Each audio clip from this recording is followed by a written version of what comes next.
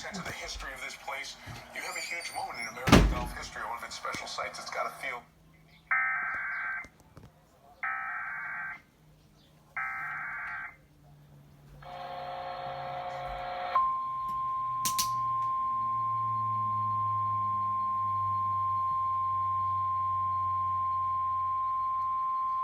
Issued at 1:54 p.m. Pacific Daylight Time.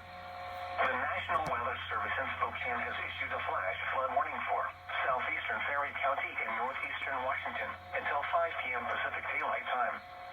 At 1:54 p.m. Pacific Daylight Time, Doppler radar indicated thunderstorms producing heavy rain across the warned area.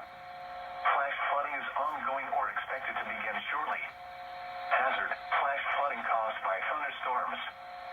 Source: radar.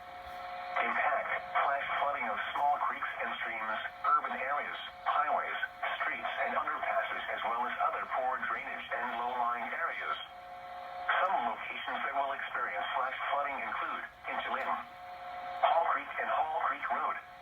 Repeating, a flash flood warning has been issued until 5 p.m. Pacific Daylight Time for the following county: Ferry, Washington.